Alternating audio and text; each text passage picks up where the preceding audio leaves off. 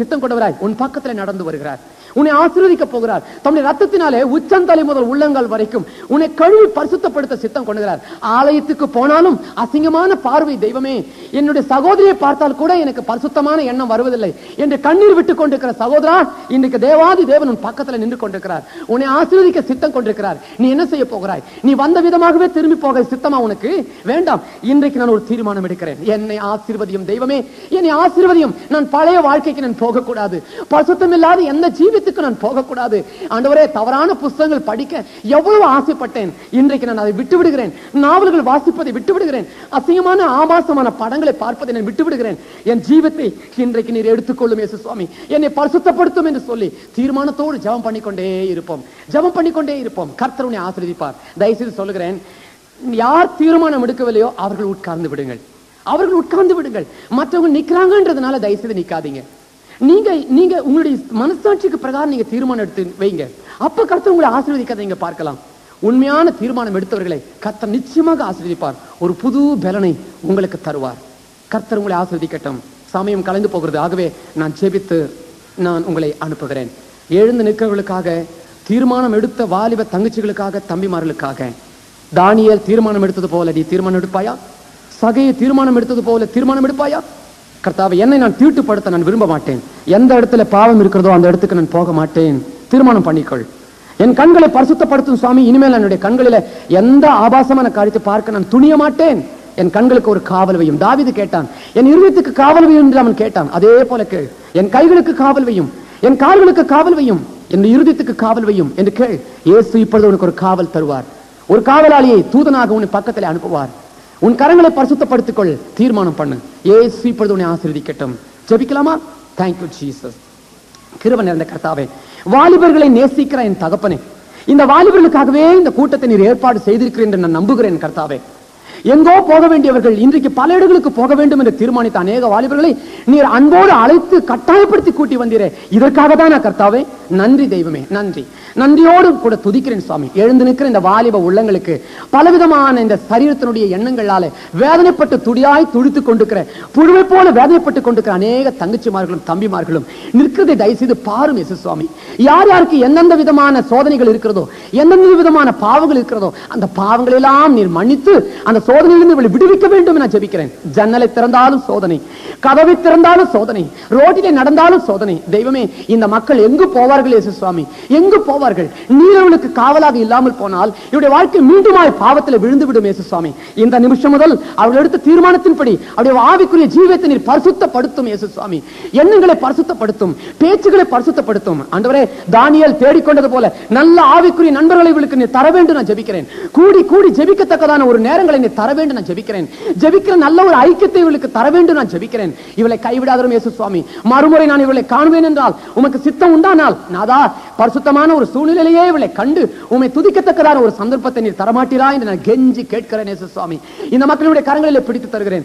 ஒவ்வொரு வாலிபர்களையும் வாலிப தங்கச்சிமார்களும் இன்றைக்கு உம்முடைய கரங்களிலே பிடித்துக் கொள்ளும். நீரே தேவனாக இரும் இயேசு சுவாமி. நீரே தகப்பனுக்கு தகப்பனும், தாய்க்கு தாயும், சகோதரருக்கு சகோதரமாக இருந்து அவளை கடைசி வரைக்கும் வழுவாதபடி காத்துக்கொள்ளும். இந்த ஜெபத்தை நீர் அங்கீகரித்துக் கொண்டதுக்காக ஸ்தோத்திரம். பாவங்களை நீர் மன்னித்ததற்காக ஸ்தோத்திரம். புது சிருஷ்டிகளாய் ஜீவிக்க போகிற இந்த ஆத்துமாக்களுக்காக ஸ்தோத்திரம். துதி உமக்கு உண்டாகட்டும், மகிமை உமக்கு உண்டாகட்டும். இயேசுவின் கிருபை நிறைந்த நாமத்திலே தாழ்மையோடு ஜெபிக்கிறோம் பரிசுத்த பிதாவே. ஆமென், ஆமென். என் ஆத்துமாவே கர்த்தரை ஸ்தோத்திரி, என் முழுவதுமே பரிசுத்த நாமத்தை ஸ்தோத்திரி. என் ஆத்துமாவே கர்த்தரை ஸ்தோத்திரி, அவர் செய்த சகல உபகாரங்களின் மார்வாதே. ஆமென். இப்பொழுது ஒரு சின்ன ஒரு குட்டி பாட்டு நான் உங்களுக்கு சொல்லித்தர ஆசைப்படுகிறேன். 3 நிமிடத்தில் அதை நீங்கள் கற்றுக்கொள்ளலாம். 2 வரி உள்ள பாட்டு 3 நிமிடத்தில் நீங்கள் கற்றுக்கொள்ள முடியும். ஆனால் அந்த பாட்டு செய்கையோடு பாடுகிற பாட்டு. எத்தனை பேருக்கு செய்கையோடு அந்த பாடலை பாட விருப்பம்? அவர்கள் கைகளை உயர்த்துங்கள் பார்க்கலாம். எத்தனை பேருக்கு செய்கையோடு பாடினால் மிகவும் நன்றாக இருக்கும் என்று சொல்லுகிறவர்கள் கைகளை உயர்த்துங்கள். இன்னும் நன்றாக, இன்னும் நன்றாக, தைரியமாக. Very good. கைகளை உயர்த்தி அத்தனை பேரும் என்னோடு செய்கை காட்ட வேண்டும். சரிதானா?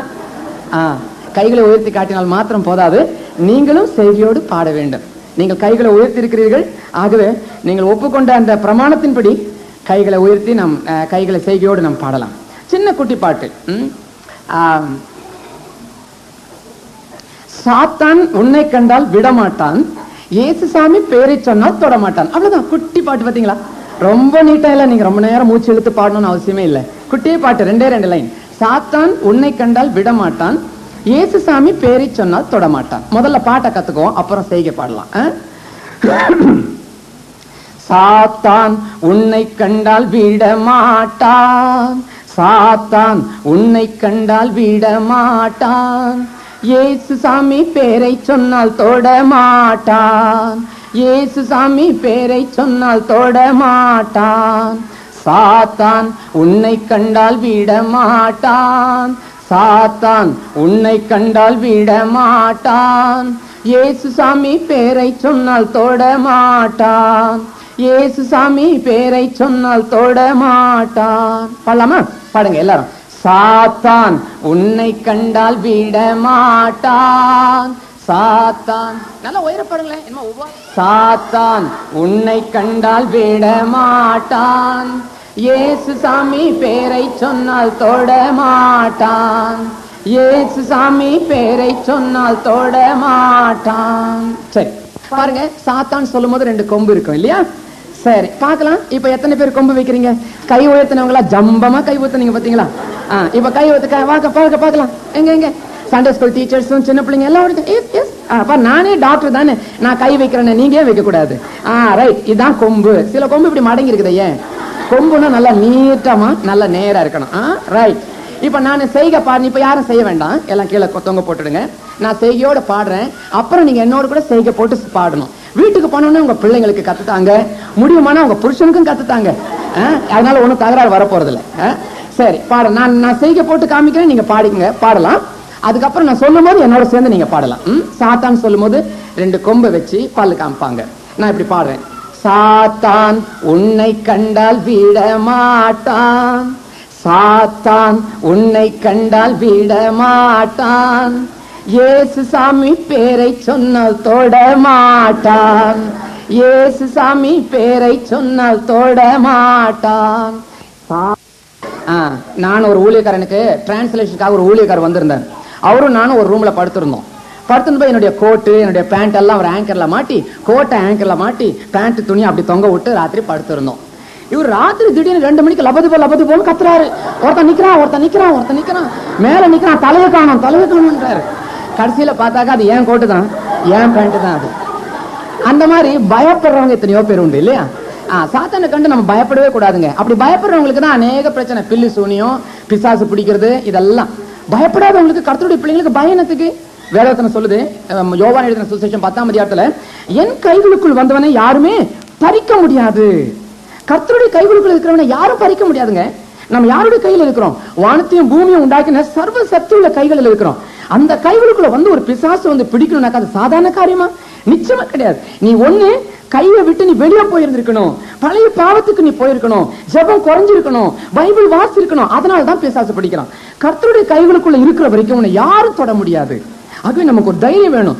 சாத்தான் உன்னை கண்டால் விட மாட்டான், நிச்சயம் விட மாட்டான். ஏன்னா எவனை விழுங்கலாமோ என்று கெர்ச்சித்து திரிகிற சிங்கம் போல சுற்றி கொண்டே இருக்கிறானா. எப்ப விழுங்கணும், நீ எப்ப ஜபம் குறைவு வரும், எப்ப நீ பாவத்தில் விடுவேன்னு பார்த்துக்கிட்டே இருக்கிறான். அப்ப என்ன செய்யறான்? அவன் அந்த மாதிரி விழுங்குற நோக்கத்தோடு சுற்றி திரிகிற அவன் பார்த்து நீ பயப்படக்கூடாது. இயேசுசாமி பேரை சொன்னா போதும், அவன் உன்னை தொடவே மாட்டான். நான் இயேசுசாமி பிள்ளை, நான் பாவத்தில் விட மாட்டேன், நான் சம்மதிக்க மாட்டேன், நான் அங்க வர மாட்டேன், நான் தப்பு பண்ண மாட்டேன், அப்பவே நீ சொல்லலாம் இயேசுசாமி பிள்ளையா இருந்தா. அதான் இந்த பாட்டு. அப்போஸ்தல நடபடிகள் 9ஆம் அதிகாரம் 36ஆம் வசனத்திலே, தபித்தாள் என்னும் பெயருடைய ஒரு ஸ்திரீ, ஒரு சீஷி இருந்தாள். அவள் நற்கிரியைகளையும் தர்மங்களையும் மிகுதியாய் செய்து கொண்டு வந்தாள் என்று எழுதப்பட்டிருக்கிறது. இவளை சீஷி என்று சொல்லி இந்த இடத்துல எழுதப்பட்டிருக்கிறது.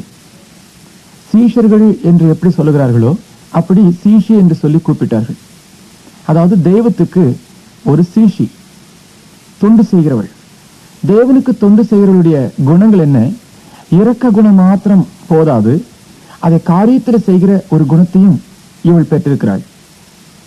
இவள் மூலியமாக நன்மை அடைந்த அநேக ஸ்திரீகளை அதற்கு கீழே உள்ள வசனங்களை நீங்கள் பார்க்கலாம். இந்த சகோதரி மரித்து போன பிறகு இவளுக்காக கண்ணீர் விட்டு அழுது கொண்டு அநேகர் பேதுருவினிடத்தில் ஓடி வருகிறார்கள். அவள் பூலோகத்தில் இருந்து சமயத்தில் செய்த ஒவ்வொரு நன்மைகளையும் கிரியைகளையும் கொண்டு போய் பேதுருவிடத்திலே காண்பித்து எப்படியாவது அவளை மறுபடியுமாய் எங்களுக்கு உயிர்ப்பித்து கொடுக்க வேண்டும் என்று கேட்கிறார்கள். நாங்களோ விதவைகள், எங்களுக்கு வேறு வழி இல்லை, மார்க்கமும் இல்லை. புருஷன் இறந்து போய்விட்டான், ஆனால் இவள் தான் எங்களை போஷிப்பித்துக் கொண்டிருந்தாள். இப்பொழுது அவளும் மரித்து விட்டாள், நாங்கள் எங்கு போவோம்? இப்படியாக அவள் கதறி அழுதிருப்பார்கள். பேதுரு இரக்கம்பட்டு அவளை உயிரோடு கூட ஆண்டவராகிய இயேசு கிறிஸ்துவின் நாமத்திலே எழுப்பினார். அருமையான சகோதரிகளே, தேவனுடைய ஊழியம் என்பது இரக்கத்தினால் மாத்திரமல்ல, கிரியினாலும் செய்ய வேண்டியதாக இருக்கிறது. ஆண்டுடைய ஊழியத்துக்கு என்று சொல்லி கொடுக்கும் காரியங்களிலே ஆண்களை விட சகோதரிகள் நினைத்தால் பல பெரிய காரியங்களை செய்து சாதிக்க முடியும். லூக்கா எழுதின சுவிசேஷம் 8ஆம் அதிகாரம் 3வது வசனத்துல இப்படி எழுதப்பட்டிருக்கிறது. தங்கள் ஆஸ்திகளால் அவருக்கு ஊழியம் செய்து கொண்டு வந்த மற்ற அநேக ஸ்திரீகளும் அவருடனே இருந்தார்கள் என்று எழுதப்பட்டிருக்கிறது. அவருடனே என்றால் இயேசு கிறிஸ்துவோடு கூட இருந்தார்களாம். யார் அவர்கள்? தங்களுடைய ஆஸ்திகளாலே ஆண்டவராகிய இயேசு கிறிஸ்துவுக்கு ஊழியம் செய்து கொண்டு வந்த சகோதரிகள். இவர்கள் சுவிசேஷம் அறிவிக்கவில்லை, ஆனால் தங்களுடைய ஆஸ்திகளினாலே ஆண்டவருடைய தேவைகளை பூர்த்தி செய்யும்படியாய் அவருடைய கூட்டங்களுக்கு, அவருடைய சுவிசேஷ ஊழியர்களுக்கு தேவையான பொருள்களை, பணங்களை அவ்வப்போது கொடுத்து உதவினார்கள்.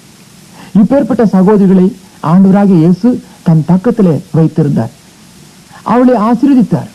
இன்றைக்கும் சகோதரியே, தெய்வத்துக்காக நீ என்ன செய்திருக்கிறாய்? ஜெபிக்கிறாய், நல்லது. காரியம் செய்யாமல் வெறுத ஜெபிச்சு பிரயோஜனம் இல்லை.